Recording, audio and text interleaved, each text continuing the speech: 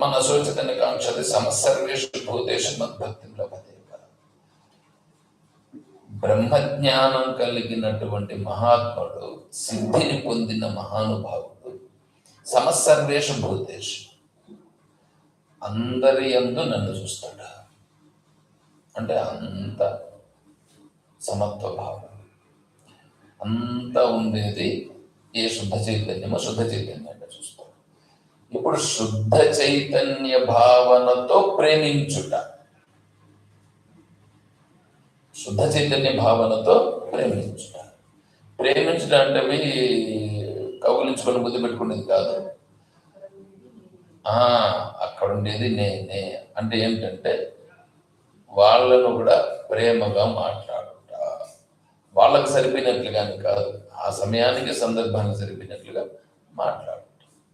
వాళ్ళకి ఏదైనా కష్టం ఉంటే తను, ఇప్పుడు నీకు కష్టం వస్తే నువ్వు ఎంత బాధపడతావో వాళ్ళ కష్టాన్ని కూడా నీ కష్టంలాగా భావించుట. అరే ఈ కష్టాన్ని ఎట్లా భరిస్తా ఉన్నారో పాపము, ఈ కష్టాన్ని ఎట్లా తొలగించేది అని నువ్వు ప్రయత్నం చేయుట. అలా వచ్చేస్తాడు. అంటే ఇప్పుడు నా కోసం ఏముండదు, నా కోసం ఏం ఆలోచించే పరిస్థితి ఉండదు. అంటే అందరినీ కూడా, అందరినీ కొడుకు కాదు కూతురు కాదు ఎవరు కాదు, అందరూ నా వాళ్ళే, అందరూ నా వాళ్ళే. కాబట్టి అది రావాలంటే ఫస్ట్ ఏం చేయాలి మనం? ఫస్ట్ బయట ఉండే వాళ్ళం కాదు చేయాల్సింది, ఇంటిలో ఉన్నటువంటి వాళ్ళతో ప్రేమగా ఉండుట. ఎట్లా వాళ్ళకు చెప్పాలి, వాళ్ళకి ఏ విధంగా చెప్తే అర్థమవుతుంది అని అక్కడ ఆలోచన చేసి అలా చెప్పండి.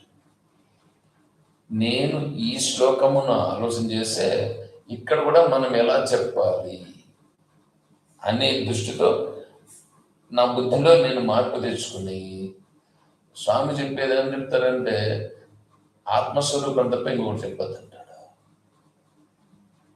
కానీ ఇప్పుడు మనం ఏం చేస్తున్నాం, పరిస్థితిని అనుసరించి, వాళ్ళ బుద్ధిని అనుసరించి అక్కడ కొంచెం దాన్ని కూడా, అందుకే మనం సబ్జెక్ట్ తీసుకొని దాన్ని చెప్తాం. ఆ సబ్జెక్ట్లో ఆచార్యులు వారు చెప్పినట్లుగా మనం చెప్పుకుంటూ పోతాం. భగవద్గీతలో ఉండదని మనం చెప్పుకుంటాం.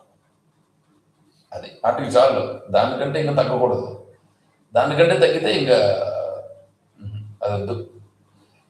అదన్నమాట పరిస్థితి. కాబట్టి ప్రేమించుట అంటే తప్పులు చేస్తారు, తప్పులు చేయని వాడేవాడు, అందరూ తప్పులు చేస్తారు. వాళ్ళు ఏదో తప్పు చేశారు కదా, దాని గురించి కాదు మనకు కావాల్సింది. మనం ఏం చేయాలంటే అది తప్పు చేయడం అనేది అంతఃకరణ ధర్మం, అంతఃకరణకు సంబంధించింది. అది అతను అక్కడ ఉన్నటువంటి స్వరూపం అది కాదు, అక్కడ ఉన్న స్వరూపం ఆత్మస్వరూపం. అంతఃకరణం అనేది అతని సహజ లక్షణం, అతని లక్షణం, వ్యక్తి లక్షణం. నువ్వు వ్యక్తిని చూడద్దు, వ్యక్తి అధిష్టానాన్ని చూడాలి. వ్యక్తి అధిష్టానం చూసి ప్రేమించుట, ఆ అధిష్టానమే ఇక్కడ ఉన్నది కూడా అని నువ్వు ఎప్పుడు చూస్తూ ఉంటావు.